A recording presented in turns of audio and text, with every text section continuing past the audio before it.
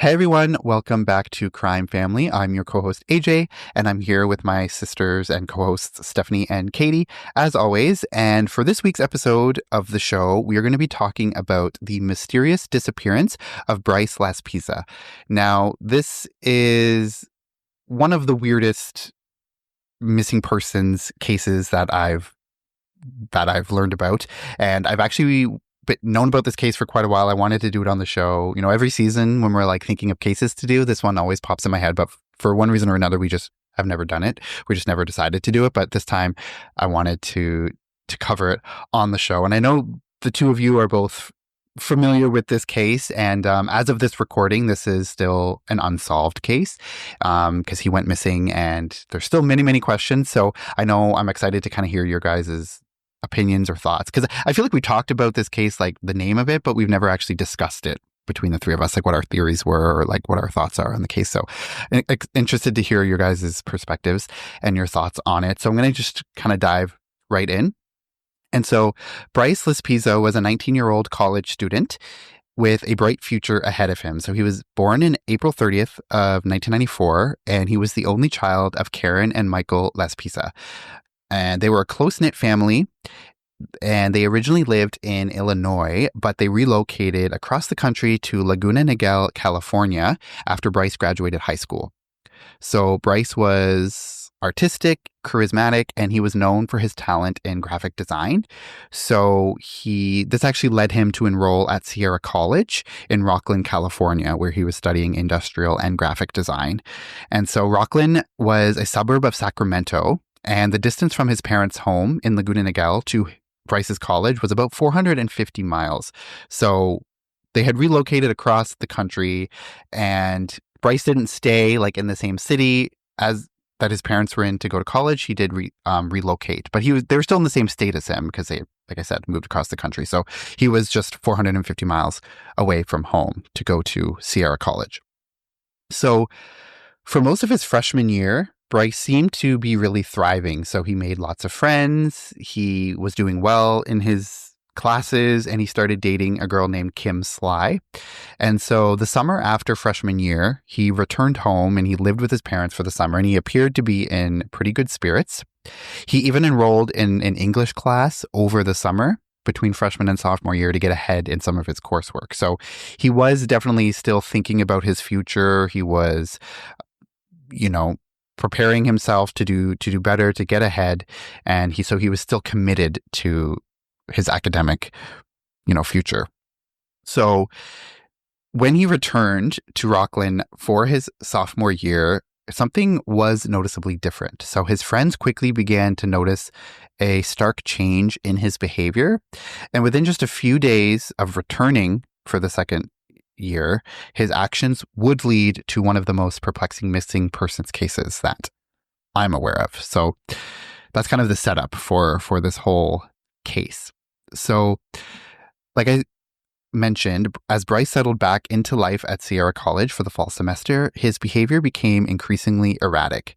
His roommate, Sean, quickly noticed that Bryce was drinking very heavily, so much so that he was consuming like an entire bottle of hard liquor almost every day, which was out of the usual for him. So when his parents later learned of this, like throughout the whole investigation and everything, they were pretty shocked. They had not seen any signs of excessive drinking when Bryce was home for the summer. So this makes his sudden shifting behavior all the more alarming. And obviously he probably would drink and stuff with his friends in his freshman year, kind of like every college student does. But even if he drank a lot with his friends in the first year, his escalation of his drinking in the second year must have been so drastic that his friends really did start to take notice of how much he was drinking. And he was not even really drinking like in like a party atmosphere. It was just drinking all the time, every day. So in addition to alcohol, Bryce had began using Vyvanse, which is a prescription stimulant for ADHD. And this is a disorder that Bryce did not have. And Vyvanse is basically like a generic version of Adderall. So it's like an off-brand version, and it's known for keeping users awake and alert for long periods of time. So what remains unclear is when Bryce started to take the Vyvanse. So this was something that I couldn't really find in any of the research, and is kind of unknown, and probably no one really knows except Bryce himself. So, the question is, was it something that he experimented with during his freshman year? Did he begin taking it in the summer between freshman and sophomore year? Or did he just randomly start taking it when he returned to school for his sophomore year? His friends and parents never really noticed any signs of stimulant use before, but now it seemed as though he had gone from like 0 to 100 overnight, and he was taking the drug daily.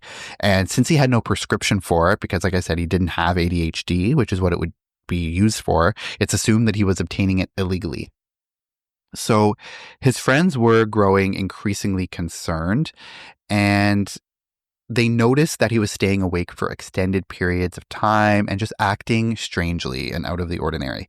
So August 26th of 2013 was the first day of classes, and Bryce attended a few classes that day. He then called his mother the next day, assuring her that everything was going well. Now, some reports that I saw did say that his classes began on the 27th and that he called his mother the same day, but some, like I said that they started on the 26th and then he called his mother the next day on the 27th. But either way, he went to class the first day of classes and was excited about it and was talking to his mother about that. So his mother, Karen, thought nothing of it at the time. It was just kind of a routine check-in call. Nothing stood out to her that would be alarming in any way. However, reports suggest that around the same time that classes started, Bryce began giving away some of his belongings. So he gave away his Xbox, he gave away a pair of diamond earrings that his mother had gifted him, and he gave them to his roommate Sean without really any explanation, which is kind of a red flag. And then came a text message that caught Sean's attention. So he sent a message, quote, "I love you, bro. Seriously, you are the best person I've ever met. You saved my soul," end quote.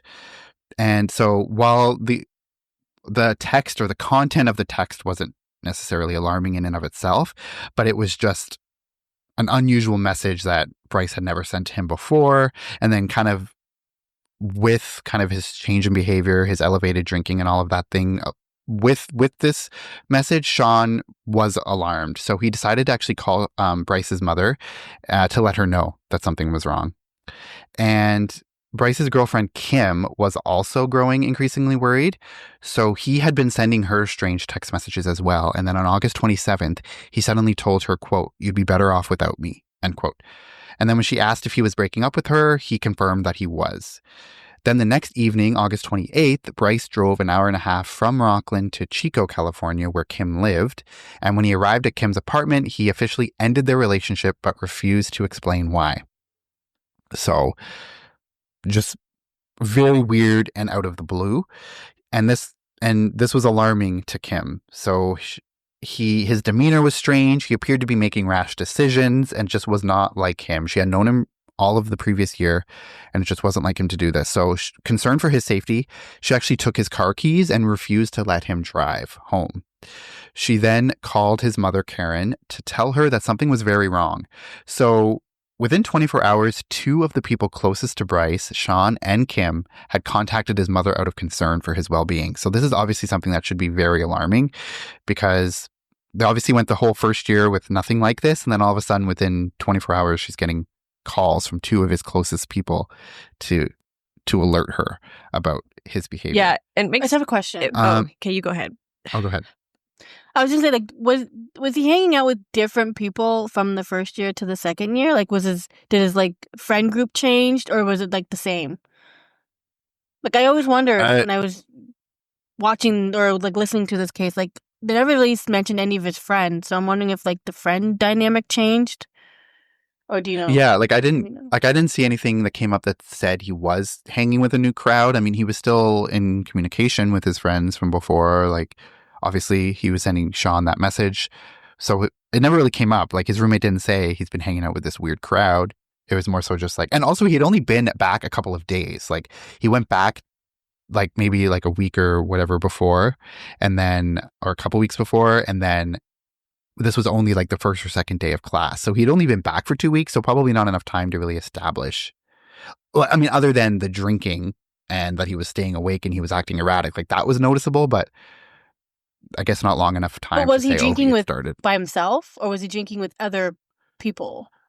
Well, that's the implication, is that he was drinking. Like I said, it wasn't a party atmosphere. Like his friend didn't say we were all at a party and he was drinking. It was more like he's drinking every day. He's drinking hard liquor. And some of the stuff I said that he had kind of graduated from like beer to hard liquor. So in the first year it would be like just beer, and now it was like hard liquor, like in excessive amounts, plus the stimulant use, using the Vyvanse, which is probably a combination. I was just wondering, like maybe someone or like a group of people were like influencing him to like be this different person. But if there's nobody else in his, like if his friend dynamic didn't change, then that doesn't really make sense.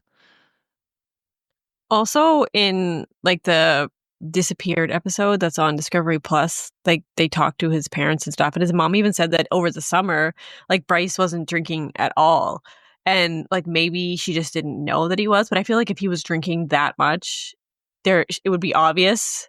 Like if he was drinking like a whole bottle of hard liquor a day, she would probably notice something was up.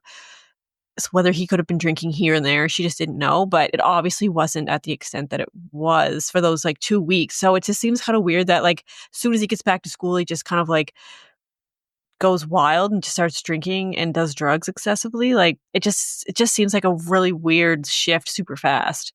I mean, you don't have a problem until you do, right? Like you don't and then you do. So, but like what triggered that is a huge mystery. Yeah. Yeah, so like something shifted, like in the blink of an eye, it sort of seems, from the minute he kind of returned back to classes, or back to school, or back to Rocklin. And yeah, and I've heard another podcast too, like even if he was like this, he would still be considered underage drinking. So even if he was drinking, it's not like it's something he would tell his parents probably, or like show to his parents. So it is possible that he was drinking more than they knew. But still, if you're living under the same roof, you can't really drink that amount. Like his roommate noticed it when he went back to college, and they were living under the same roof. So you think his parents, for the 2 months before that, when they were living under the same roof, would also notice. But maybe you're more open to your roommate than you would be to your parents. So I don't know. But I mean, his mom did say that they were super close and they had like a really close bond. So I feel like they would still be like hanging out with him a lot and talking. And so even if he didn't say, "Oh, I'm drinking, I have a drinking problem," they would notice because they're with him all the time, and they would know if his behavior is changing, right? So I feel like even if he didn't outright say it, they could tell because he lived with them, like you said, but also because they just were close anyway. So I don't know. It just seems like they would know if something was up, and they didn't seem to notice anything. Yeah. So.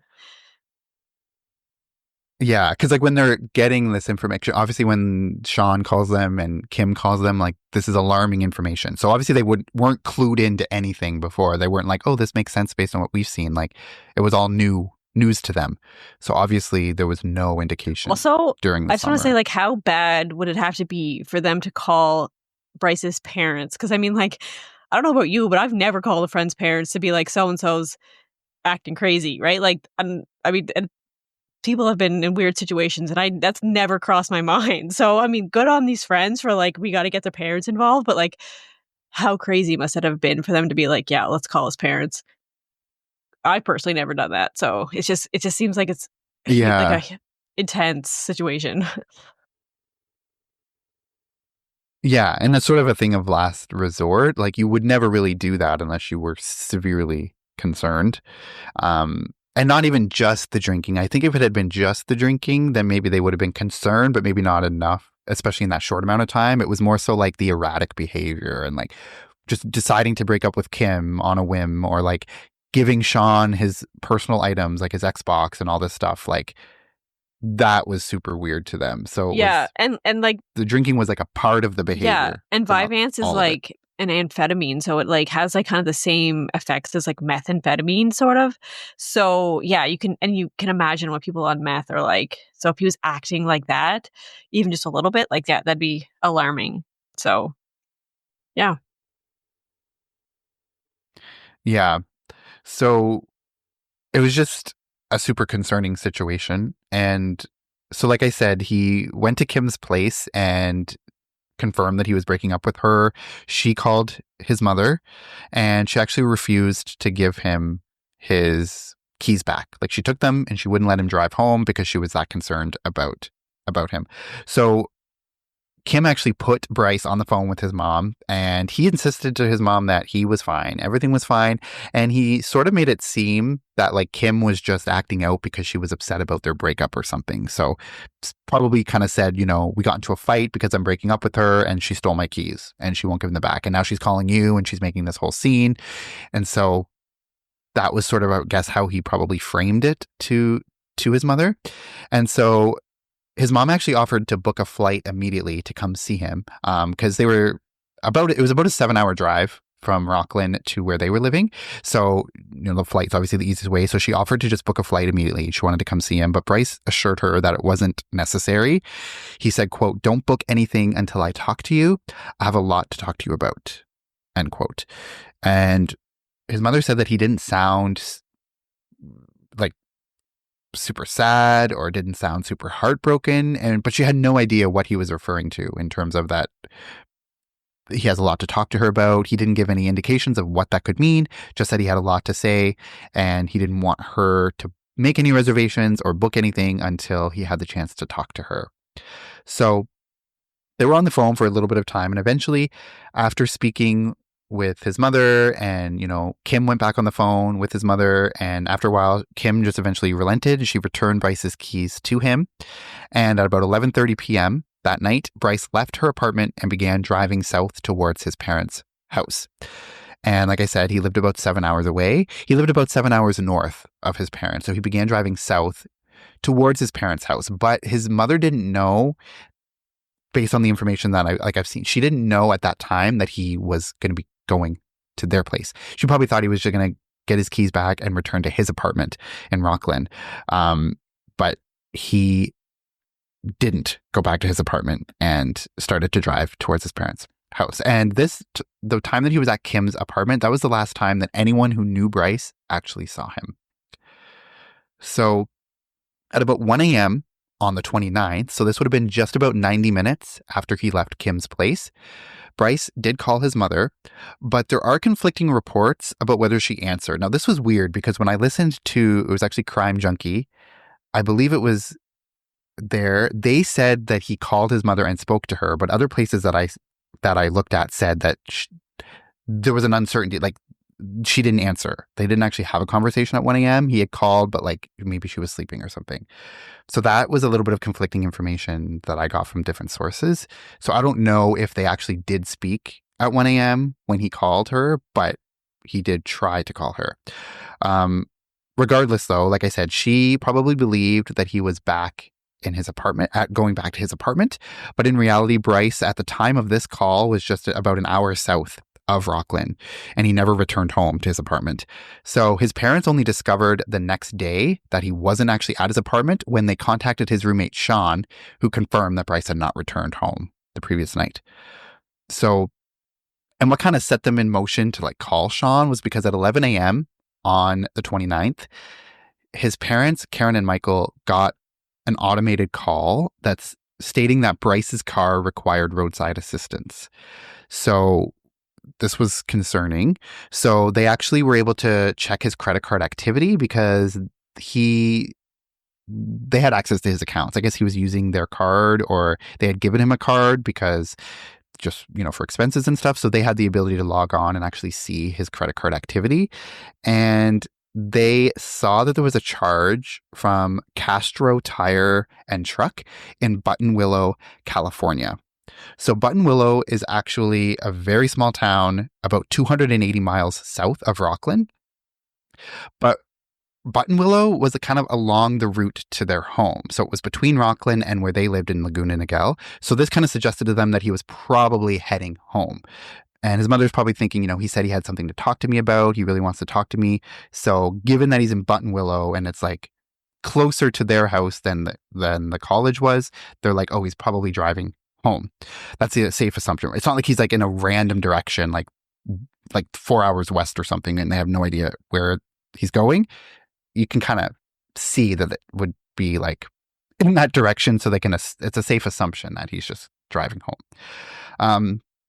So yeah, they saw that he had the credit card activity from Button Willow. That they called Sean. He said that nope, Bryce never came back to the apartment last night, and so they were concerned. So they actually called the automotive shop and they spoke with a technician there named Christian.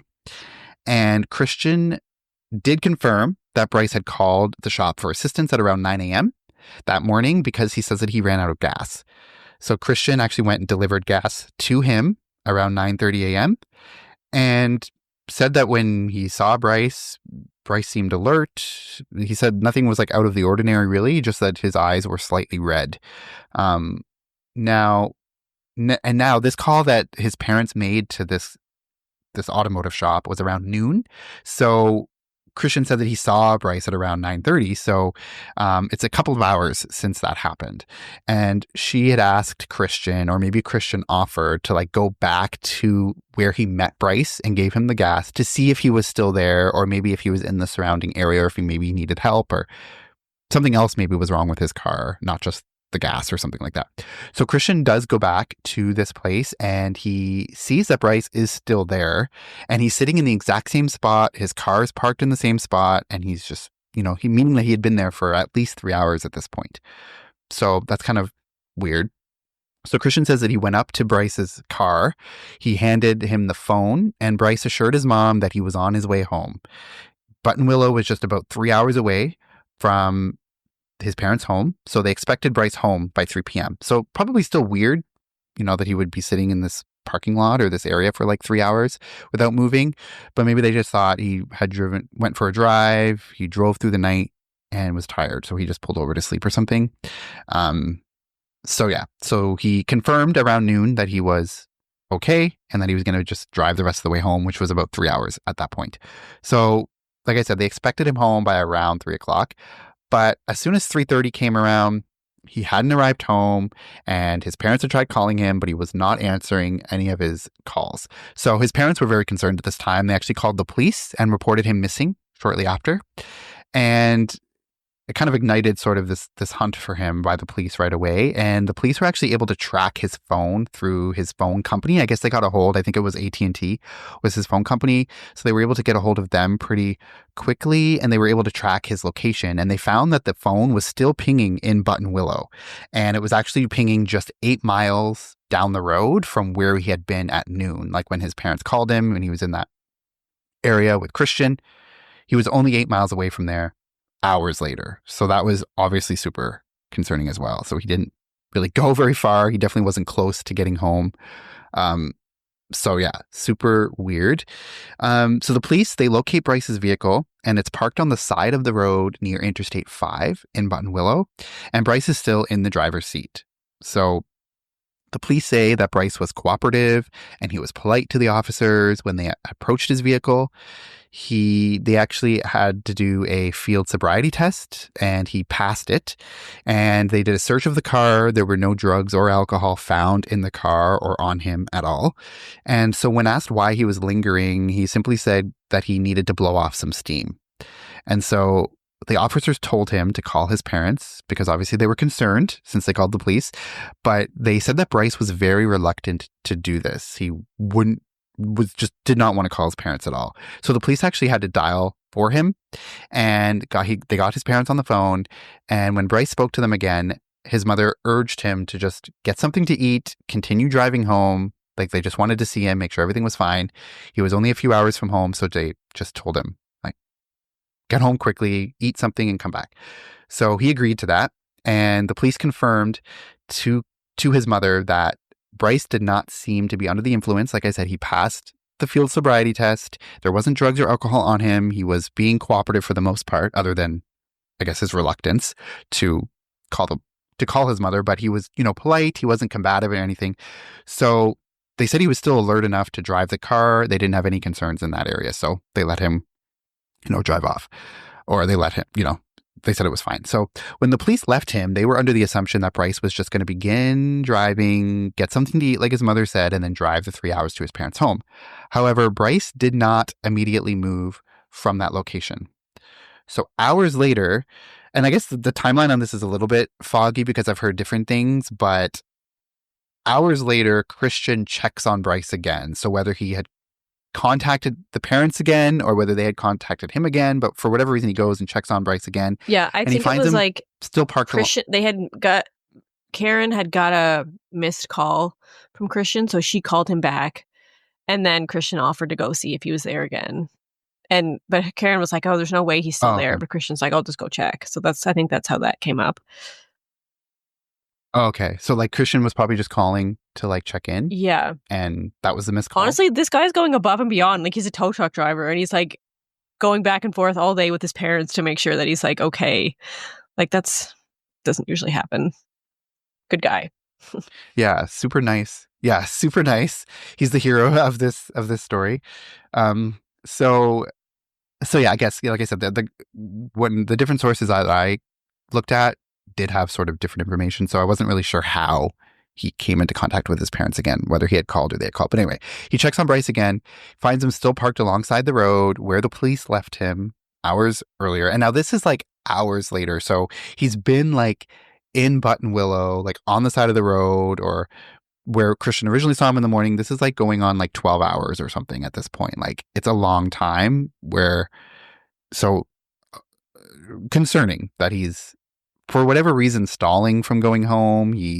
But it's so weird because all of the people along the way are not reporting any strangeness in behavior. So it's kind of weird that his friends were saying he was acting erratic. He was being super, super impulsive, and he was like, just clearly not himself. But then the police and then Christian are saying like nothing was out of the ordinary. He didn't seem to be like under the influence of anything. He was like talking normally. He was like not freaking out. So it's just kind of and weird. He passed that sobriety test. Like, I feel like if you were actually drunk or like high on something, there's no way you can fake that, right? It's not like and if he was having like a psychotic break or something, like some sources suggest, like, how do you then talk to your parents and they think that you're being completely normal? Like, you can't just turn it on and off, right? If you're going through something. So I find that so weird that he was like with it enough for to fool his parents at least. Or not even, like, I don't know. It's hard to explain. This part of the Yeah. case is this part of the case is where I'm so confused and conflicted of what was going on with him. Like to me, like, he's afraid to go home. He doesn't want to go home, or he's afraid to go back to college. Like, he's just like stuck in this, like, I don't know, time, like, not warp, but time stop, where he just doesn't want to go anywhere and just stopped. And I don't know. I was watching a documentary on Discovery Plus, and I was like so baffled by his actions of just staying in that car for 13 hours, not going anywhere. Like, what was he thinking about? What was he like? What did he want to do? Like, was he like contemplating something? Was like he scared of something? Like, it's just so confusing to me. I don't understand. Yeah, and I still don't understand. And the thing is, like, after watching nobody knows if he actually like got out of the car and went somewhere and came back. But for me, I picture like, yeah, he's just sitting there this whole time, like for like 12 hours, 13 hours, just like thinking and like wondering what to do. Like, it feels like he said, he has a lot to talk to his mom or his parents about. And yet he's still like hesitant to go home because then he'll have to actually talk to them about it. He doesn't want to, but he's on his way. So it's just like, he's definitely going through something. Like, he's conflicted about whether he's actually going to talk to his parents or whether, he's just going to just avoid this thing altogether. So obviously he's going through a dilemma, but to me, he's like, was he like trying to get away from somebody? Like, did he get himself in a situation where he, maybe like a drug dealing situation where he just wanted to go somewhere and but nobody knows where he was? Like, because I feel like you don't sit in your car for 13 hours and just like not go anywhere or think or talk to anybody. I just found it so like, so to me, like, he's trying to run away from something or someone, or like gotten himself in a situation where he doesn't know what to do. It's like, I don't know, it's very bizarre. Yeah, that was kind of like my thought too, where it was like maybe he did get himself into like this drug dealing situation, or like he was in debt to somebody and that's what he needed to tell his parents, but he didn't want to tell them. Like, they'd be, disappointed in him, or he was like embarrassed about it, even though he was close with his parents. Like, nobody wants to tell their parents that they're in debt to a drug dealer or something like that, right? So I don't know if it was just like he was so broken up about the fact that he was in trouble or something. I don't know. It's just like we said, nobody knows what he had to talk to his parents about. So, and oh, go ahead. And whatever, and something else that crossed my mind. I'm not sure if it crossed anybody else's mind, but I was like, maybe he was involved with this drug dealer, and they threatened to like hurt his family. So he was contemplating like, do I go home and like try to hide out and they'll find me and like hurt my family, or like what do I do? Like that was another thing that went through my mind. Like, why doesn't he want to talk to his mom? Like, why didn't he want to pick up the phone? And why doesn't he not want to go home?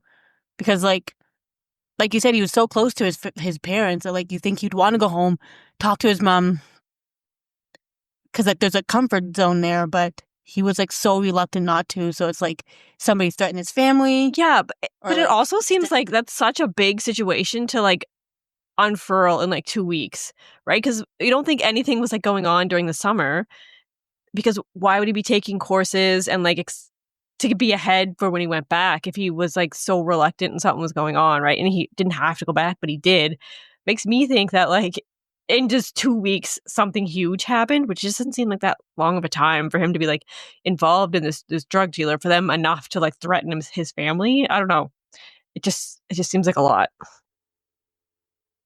Unless he was like, that wasn't happening, but he was like paranoid that it was happening or something. Like if he was having some type of mental breakdown and was like seeing things or like imagining this situation that wasn't really happening.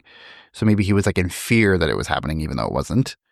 That's true. He could have also been like trying to come off of those drugs and stop drinking, maybe. And like that, like, you know, when you cut stuff off like that, just randomly, it can really mess with you. Like he could be coming down off that stuff and affecting his thoughts for sure.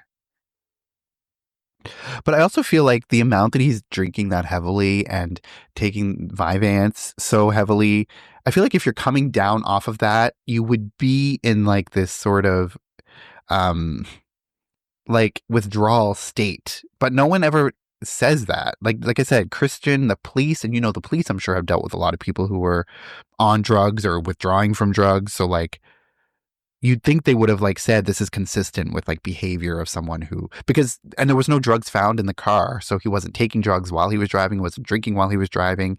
There were no like credit card activity of him buying alcohol along the way. Like, you know what I'm saying? Like and then we're going on what? Like almost like 24 hours of him not drinking at all and not taking Vyvanse when he was doing it every day, all day before for the last 2 weeks. Like you'd think he would be in some kind of manic sort of state because of that. And how could he fake that, but that never when he's talking to his parents? Like you can't just pretend you're not going through that because you're talking to your parents, right? So, and they didn't seem like they didn't feel like there was anything wrong. So yeah, that's a good point, because you can't just turn it off if you're feeling like that for like, and then go back to it, right? So Yeah.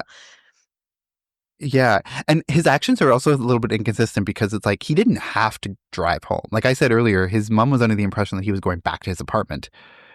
So it was him that just decided to like drive in the direction or to go home, which he didn't have to. No one asked him to.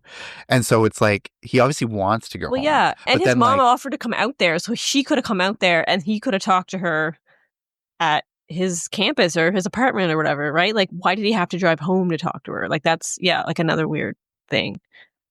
Like, that's what I was thinking. Like, maybe he had a plan of maybe he wasn't going to go home at all. Like, I mean, we'll get into like more details of the case, but like, I'm just wondering, like, maybe he already had this thought in his mind that like, I'm just not going to go home. Like after selling all of his stuff, like maybe he had no plan of going home at all. And he just kind of like lied and say, yes, I'm on my way home. But when really in reality, he knew he wasn't going home. He was like going through the actions to make them think he was going home, but he really never had the plan of going all the way. Yeah. And also something like that I was going to say was he didn't all along this route. So from the time he leaves Kim's place, other than that one call at 1 a.m. that was either missed by his mother or whatever, he's never calling his parents. It's like he doesn't want them to know where he is because it's like Christian is the one who finds him, gives him the phone. He doesn't want to call his parents when the police talk to him.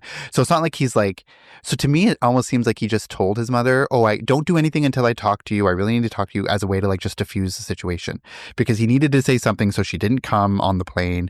And that was what he had to say.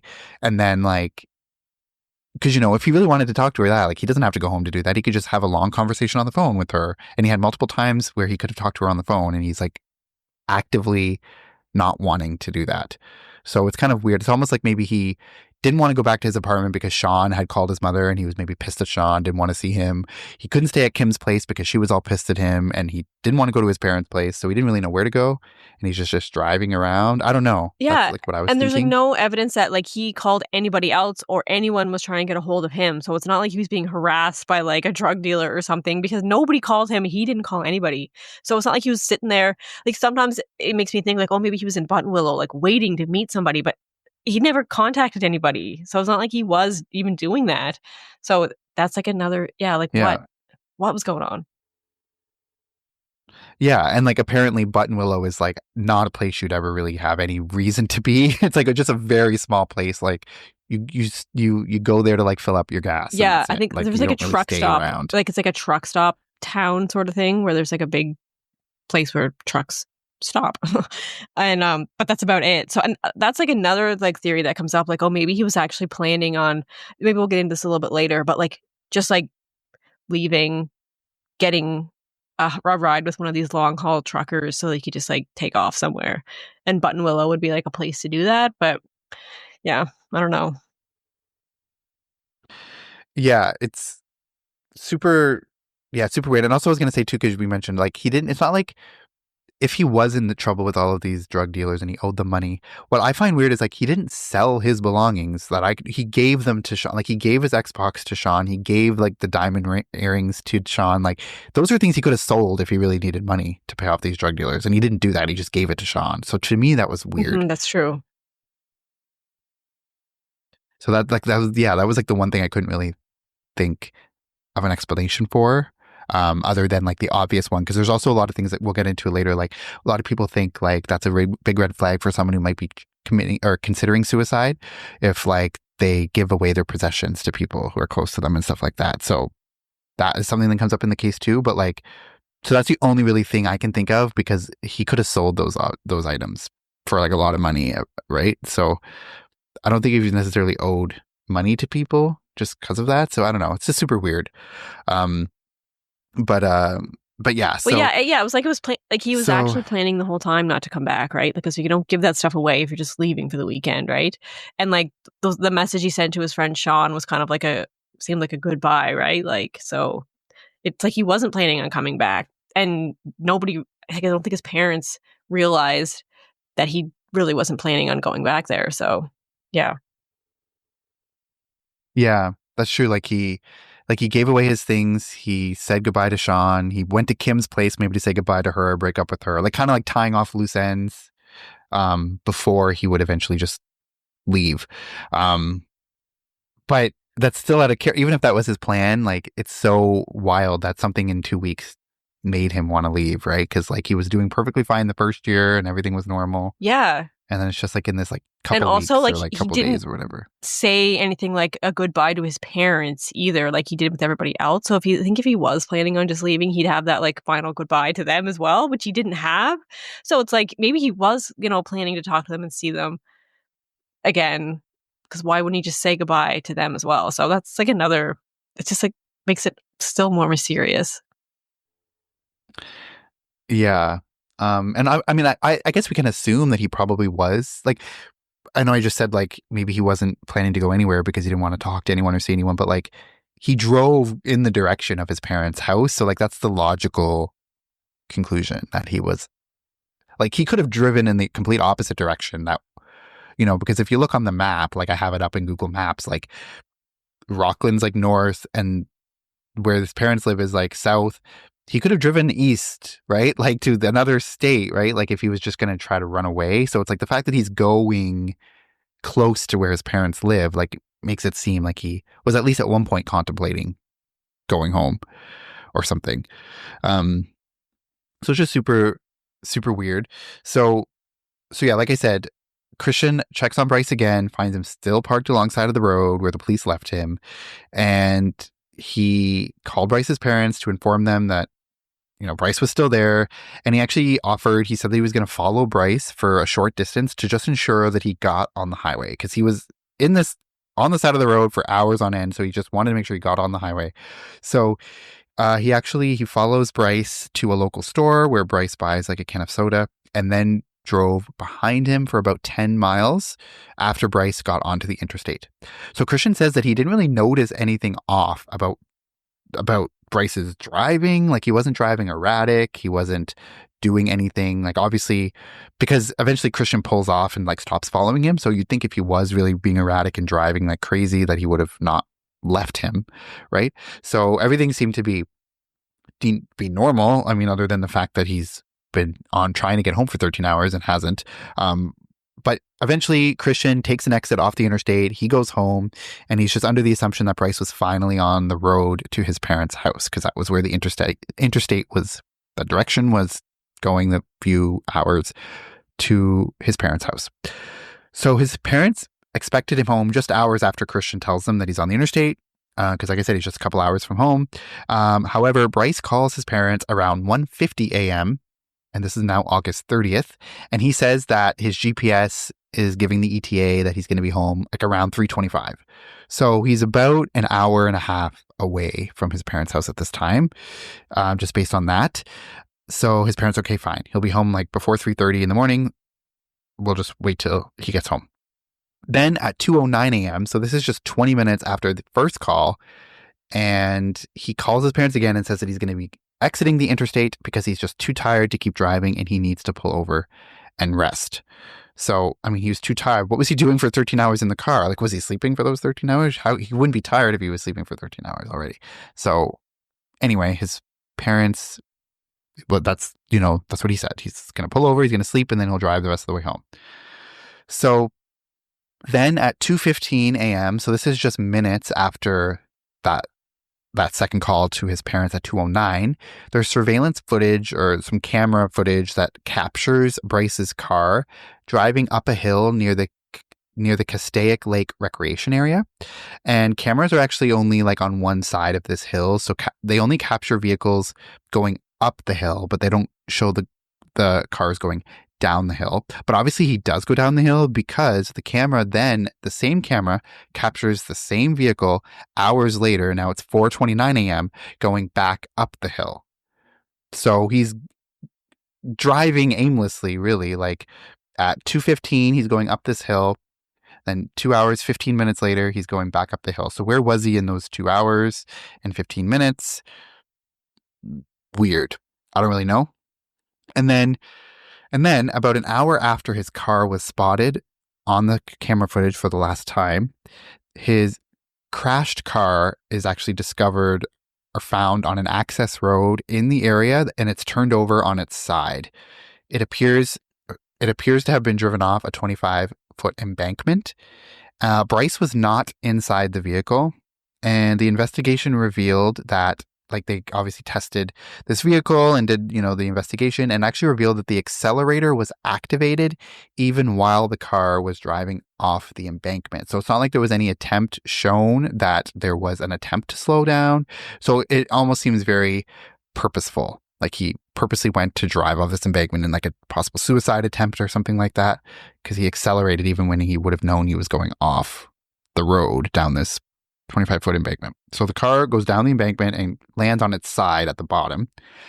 And the rear window of the car was broken from the inside. So this indicates that Bryce had actually escaped the vehicle from the rear window. Bryce's laptop and his phone were still inside the car. And outside of the car, there was his duffel bag, and it was actually open, and his wallet was inside the duffel bag.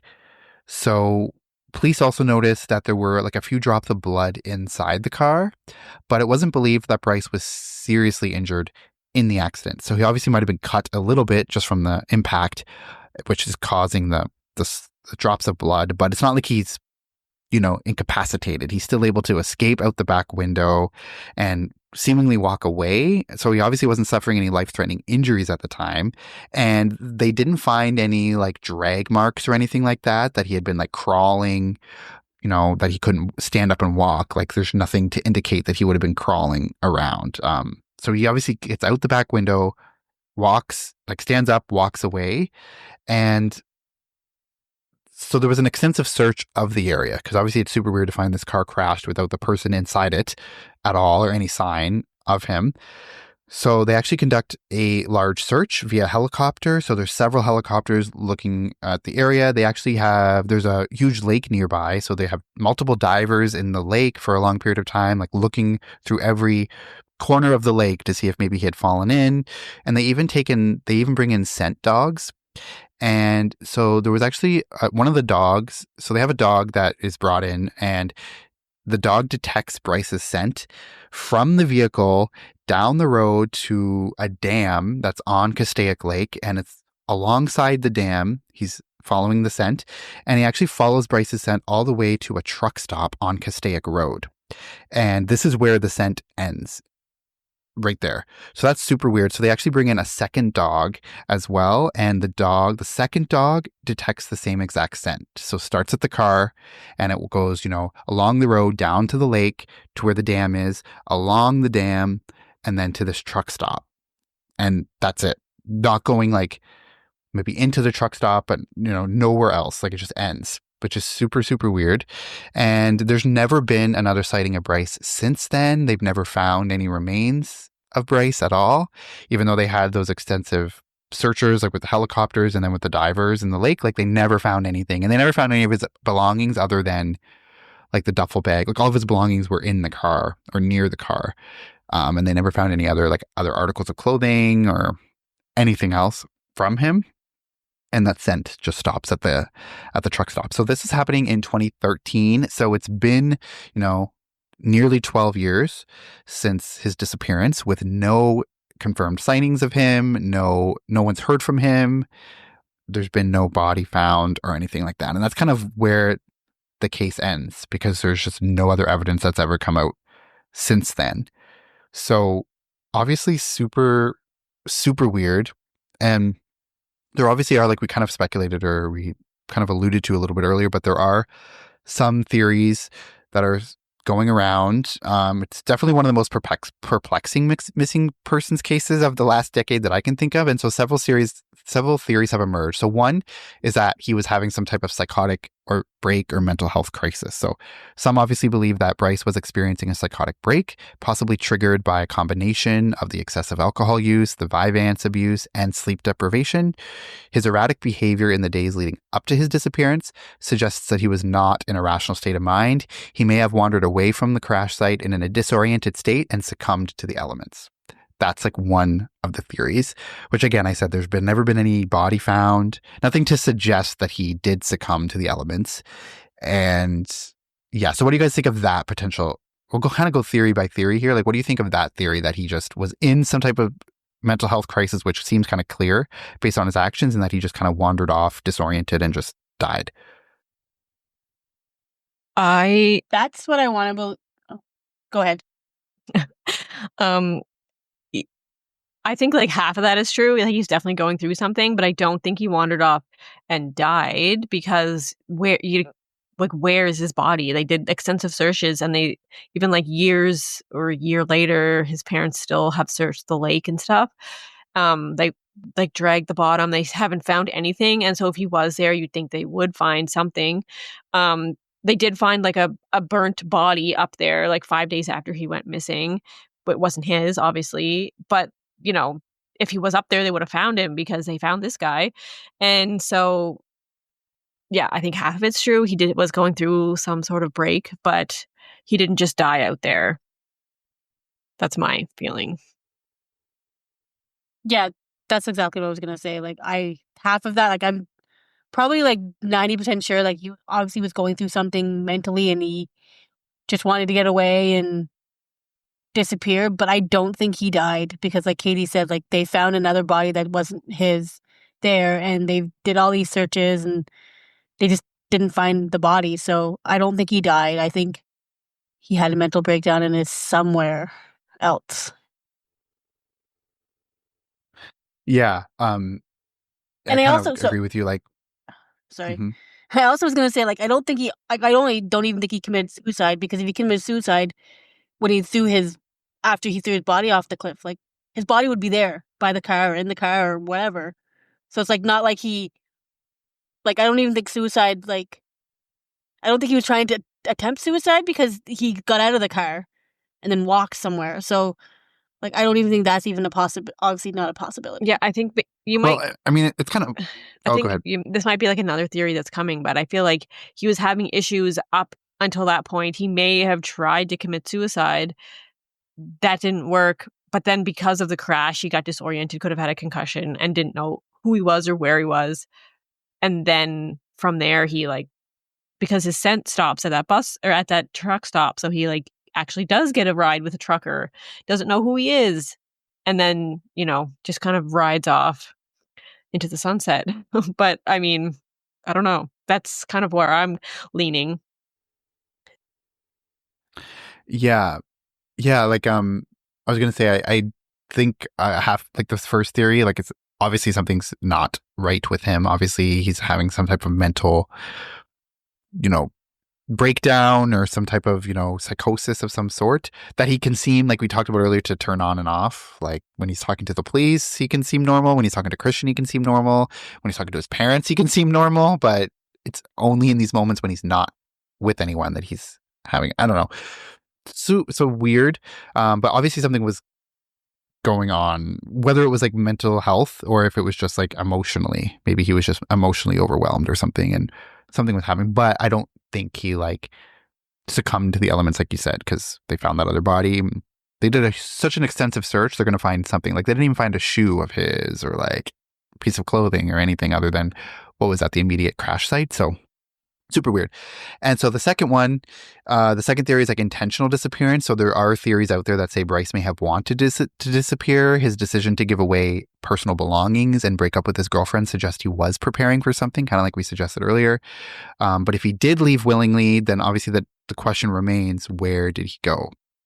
There's never been a sighting of him since. No one's ever reported that they've seen him or whatever. So if he did intentionally disappear and start a new life, he did a very good job at keeping himself hidden. Yeah, and like you said before, if that was his plan, why is he heading in the direction of his home, and why is he acting so weird? Why not just go the opposite direction and just keep driving? Why sit 2 hours away from your house for 13 hours? That's if that was his plan all along, why do that? I feel yeah, he was definitely just contemplating between leaving and going home, that he just couldn't figure it out, or I don't know. That theory by itself doesn't make sense. Yeah, because I was also thinking because if he could have gotten a lot farther in 13 hours if he just driven for 13 hours. But he did run out of gas.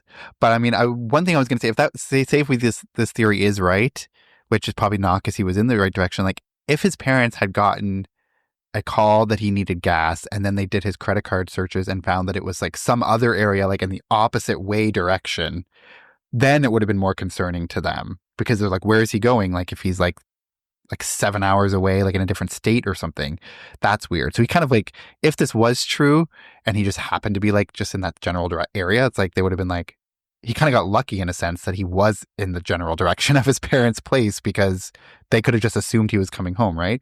Rather than being super alarmed that he's way off in another state or something. But I don't think that theory is true, because like you said, he could have driven, like I said, he could have driven in the opposite direction, could have kept going north or east, whatever, right? So super weird. Yeah, I don't know. And then the third theory is that foul play was involved. Some suspect that Bryce may have encountered someone after the crash who harmed him. However, there is no direct evidence to support that theory either. So maybe someone picked him up at that truck stop and killed him after the fact and then did something with his body. We'll never find it.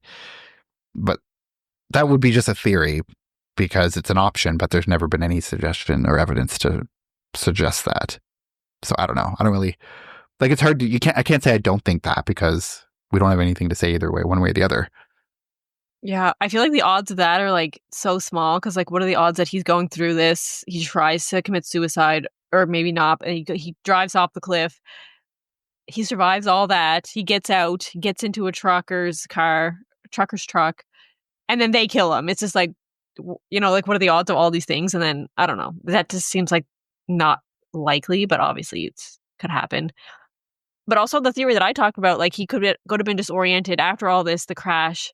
He doesn't remember who he is. He doesn't know where he's going. He does get into a trucker's truck, but you'd think there'd be some like a hospital report. Like he gets to the hospital because people are like, this guy doesn't know what's going on. We should report it.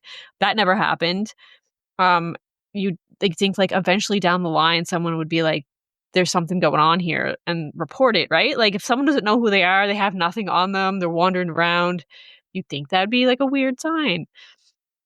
Or maybe and maybe he like actually still doesn't remember his parents, and then he knows he's missing, like he's this missing person, but he has no connection with them anymore because he doesn't remember that life. So he's like, well, I'm not gonna go back there because I really don't know them, kind of thing. Like he doesn't have that emotional connection anymore, so why go back after all these years? You know what I mean? That's a possibility, but the fact that no one ever reported it is just strange to me. Yeah. Yeah, super weird. And I don't think those, like you said, I don't think that the sequence of events that would have to have that happen would have to be super unlucky for him. Like it happens at the time that he's having this breakdown, tries to commit suicide, and then is killed later by someone else, just totally randomly. So just super weird. And then the fourth theory here is kind of tied into the first one. It's like accidental death. Like given the terrain around Castaic Lake, it's possible that Bryce wandered into the wilderness and succumbed to the dehydration, exposure, or by accident.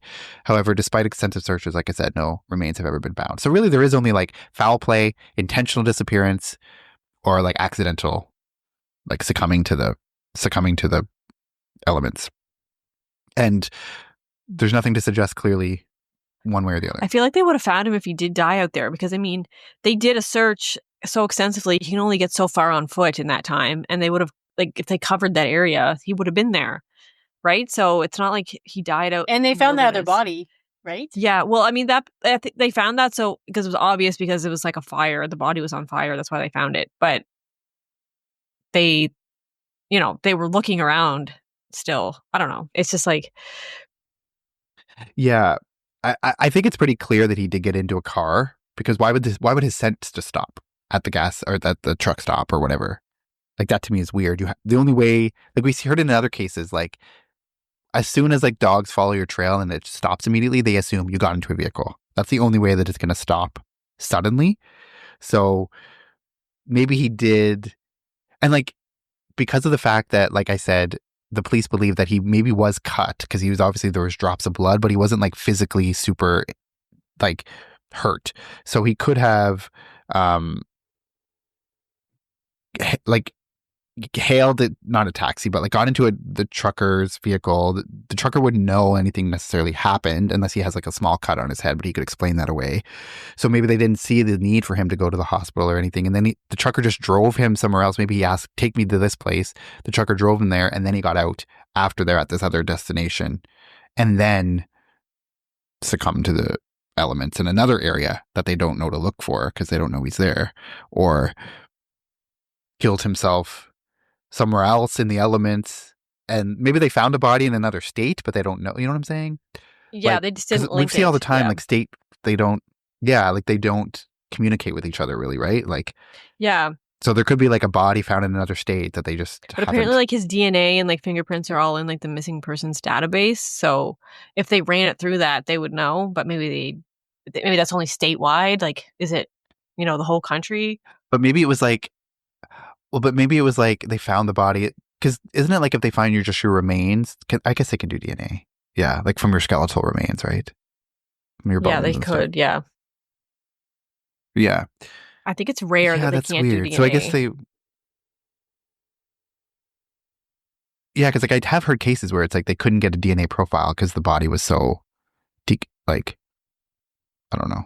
That has happened before, right? Or it's like a partial DNA. Yeah, and they can't I don't know if that tie it to happens like anyone, recent. I think like older cases just because they didn't have the technology. But now I feel like, because you can even tell if a body was in the soil and moved. Like even you can test the soil and find out that they were there. So I feel like it's really rare that you can't get DNA from somebody, from a body. Yeah, so he can't be dead then, really, at all. Because if there was any body found anywhere, or he could be dead, they just haven't found him.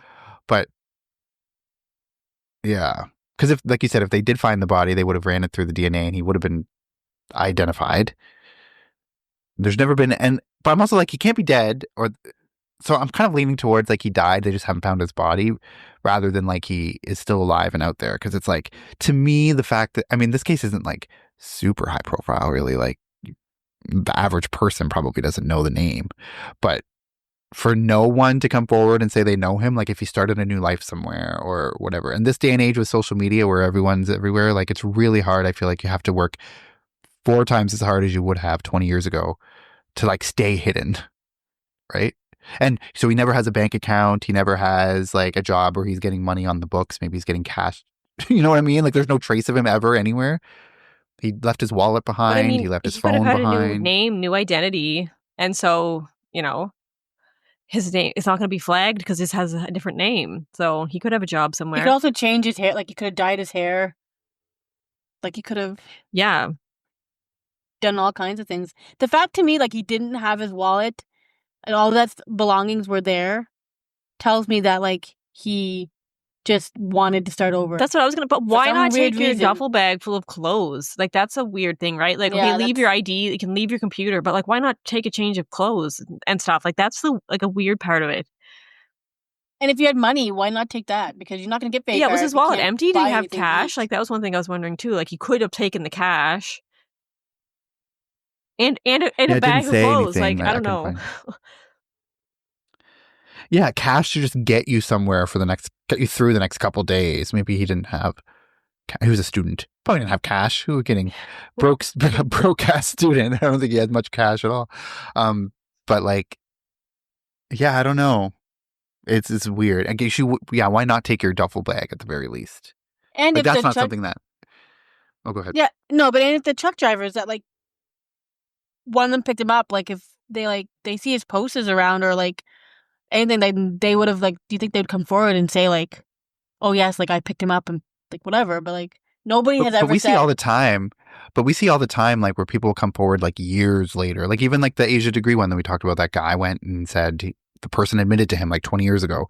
Yeah, like, but people don't want to get involved, or maybe because also that's an insignificant part of this trucker's life, probably. Like, oh, he picked up a hitchhiker was one time, like well, yeah, 10 and years also ago. like I he don't could know. be implicated. Like, yeah, I picked him up and dropped him off somewhere, but he's never seen again. It was like, well, you obviously did something, even if they didn't, right? So just like stay out of it. Would be like their mentality, probably. Yeah, It's gonna get pinned on you because like you didn't do anything. And you're like, you have no idea where he is. Like, you can't provide any helpful information necessarily, right? Like, oh, I picked him up and dropped him off 10 years ago. I have no idea where he is now. The only thing you're going to do is bring suspicion on yourself. Yeah, exactly. Yeah. So, why do that? Although, why would you even mention, like, if, I mean, we're getting down the rabbit hole, but it's like, why would you even mention it? Like, if you were guilty, why would you mention it 10 years later to put yourself into it and then be pissed that you're implicated? It's like, well, if you said nothing, you wouldn't be. So, yeah, exactly. You know what I'm saying? Just super, super weird. And also, like, there was a lot of people, I went on down the Reddit rabbit hole, and are a lot of people that are, like, actually, like, super pissed at, like, the parents, because they actually think that the parents could have, in that 13-hour period, maybe done something, like, but I don't want, like, to think that or say that, because, like, but yeah, like, hindsight's 20/20, obviously, right? they didn't want this to happen. Yeah. Like some people say like his and mother, they don't know he's in the same place. Driven up there to meet him somewhere. Yeah, but they think he's on the road moving. How are they supposed to meet up with him? The whole time they think he's on the road, like on the go, right? So it's like you're gonna drive up there and look around the highway, like for someone that's driving. Like that doesn't make sense. So yeah, because they don't think he's sitting there this whole time. They don't know that he is. So. But I guess maybe they're thinking like they could have just said, "Stay there, we'll come." But maybe that would have made him move. Well, yeah, because his mom did offer to come up there, and he said no the first time. So I mean, yeah, you obviously you don't think this is the situation when it's happening, right? So there's no way they could have known any of this. So yeah, because also like, what's the point? Like you leave to go find him, but he's actually getting to you, and then he gets to you when you're not there because you went to go find him. Yeah, because like, they are talking to him this whole time, right? And like one part that I don't think you mentioned was like his parents or his mom was like, "What are some of the landmarks that you're passing?" Or like, "What are some of the signs? What do they say?" And he was just saying, "Oh, I don't see anything. I can't see any signs, but my GPS says I'll be there at 3:30." And so it was, he's like just lying that he, was on the road. He just didn't want to say where he was because he actually wasn't where he should be. So yeah, it's not like they were like, okay, see ya. And then like 13 hours later, they didn't even do anything. They were like constantly in contact with him the whole time. So I don't know. I don't really think that they could have really done anything different other than get the cops to like hold on to him till they get there. Like that obviously like is extreme if you don't think there's really a huge problem. So yeah. I think given like, yeah, I don't know. I mean, like given like the fact that two of his closest people to him, like Kim and Sean, were like deeply concerned about him and have to call her means that something is going on. But yeah, I don't know. I don't know. It's weird. But like I said, every person who came into contact with him except Sean and Kim, like along this route, like Christian and then the cops said that he looked fine. He was acting fine. He wasn't belligerent or manic or anything like that. Like he These was are also people that don't know him able though. to have a So conversation. Mm. what is like But they would have like noted if he was super acting weird, yeah. manically. But they wouldn't know if something's out of the ordinary for him because they don't know what he's actually like. But obviously, some things are just out of the ordinary for any normal person, which he wasn't doing. So I don't know. Yeah. Like the only thing Christian said was that his eyes were a little bit red, like when he saw him. So it's like, what? Was he sleeping? Was he crying? Was Like, he? yeah, they could have been red because he was awake a whole time. Yeah, he's like 13 sleep hours. deprived Oh, yeah. and like 13 hours, coming but, like- down off drugs apparently, and like hadn't eaten. So I mean, I don't know. Super weird. Yeah. So still like an unsolved missing persons case. And we don't really know anything other than that he like left his stuff behind. And like, I'm assuming they would have done like searches, like you kind of mentioned before, of like his phone. Cause like they have his phones and there was never any searches of like, you think somebody, and his laptop, they have his laptop too. They could have done a search of like, what were the searches he was looking for? Like how to disappear or how to kill yourself. Yeah, I feel like they would have done that, right? Like, So if there was something weird that would have come out, wouldn't it have? And that like, Yeah. So I mean, that would be my first thing. Check the laptop. Or the yeah, cell check phone. his phone logs, and I'm assuming, which I'm assuming they did. and that's like, that would be like a dream. And like in many investigations, they had the dream to have a cell phone and a laptop that you can analyze and look at. Unless they were like damaged in the crash or something, but there's no mention of that. So I'm assuming they would have taken those in and like nothing's ever been said about what was on it. So that probably means was nothing concerning on it. But also, like you said earlier, Katie, he also wasn't talking to like this random drug dealer, right? Like he didn't have contact from an unknown number or like text messages to this random person or like anything. Any like another friend being like, come pick me up in Buttonwillow. I'm going to wait for you. Like that never happened, right? Like he wasn't waiting for somebody or wasn't in contact with somebody, like telling them where to meet him or anything. So it's weird.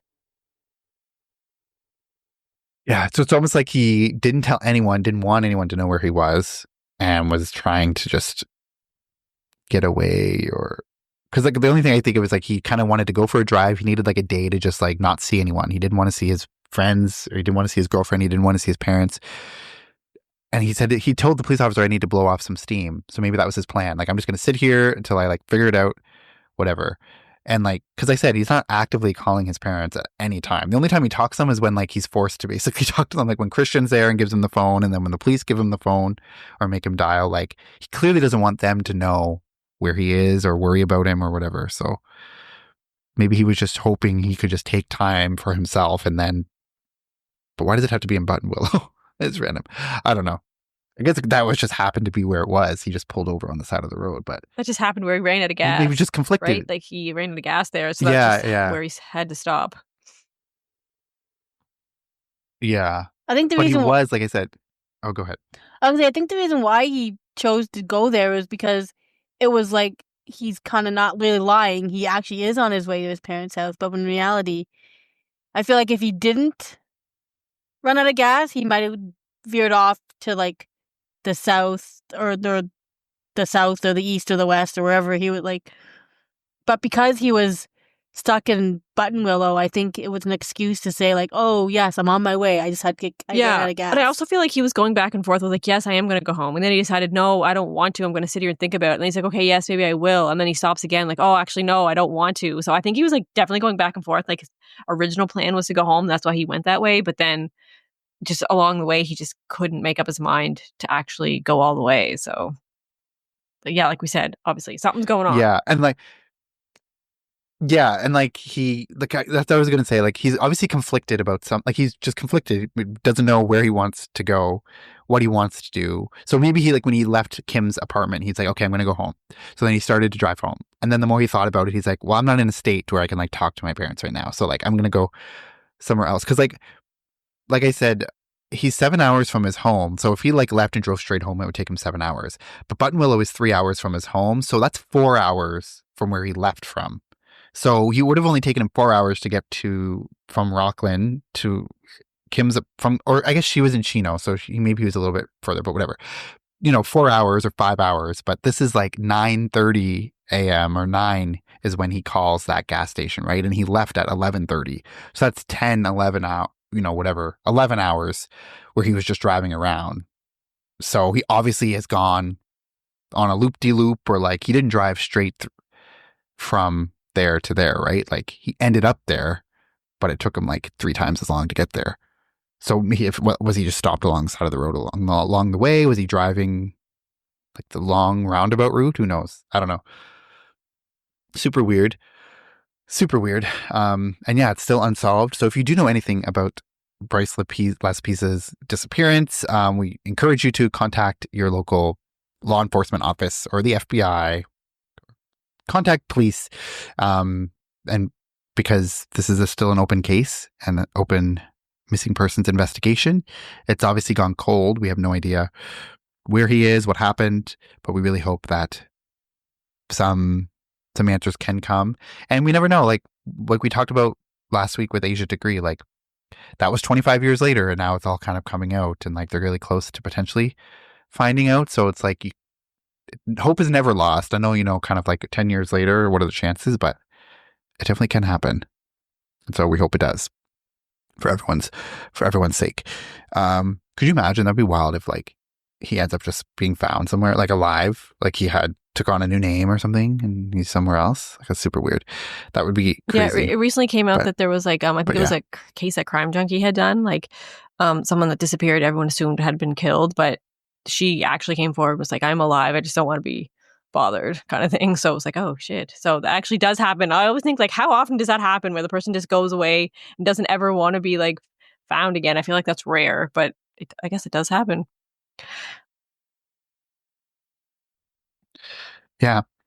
Super, super strange. So that does it for our discussion about Bryce Laspisa case. Let us know your theories. So you can like write us an email, crimefamilypodcast@gmail.com. Let us know what your thoughts are about this case. If you have any theories or thoughts, and also maybe I'll put this PSA out there. So like we've gotten emails in the past about like people who like, it kind of seems like they're providing tips to us. Don't come to us with tips. If you have a tip, go to the police, because that's what they're there for. We are not part of law enforcement, nor are we lawyers or anything like that. And like, while we appreciate that you listened and you might know some valuable information, just don't come to us for tips, unless you report it to the police first, and then you can tell us that you did that. But yeah. So thank you so much for listening. You can follow us on all the social medias, Crime Family Podcast on Instagram and on Facebook, and Crime Family Pod 1 on X. And you can follow us on TikTok at Crime Family Pod as well. And yeah, thank you so much for listening. Leave us a review and comments and everything like that on all the videos, all the stuff. You can watch us on YouTube too, Crime Family Podcast. So thank you so much. And we'll be back next week with a brand new case. Thanks. Bye. Bye.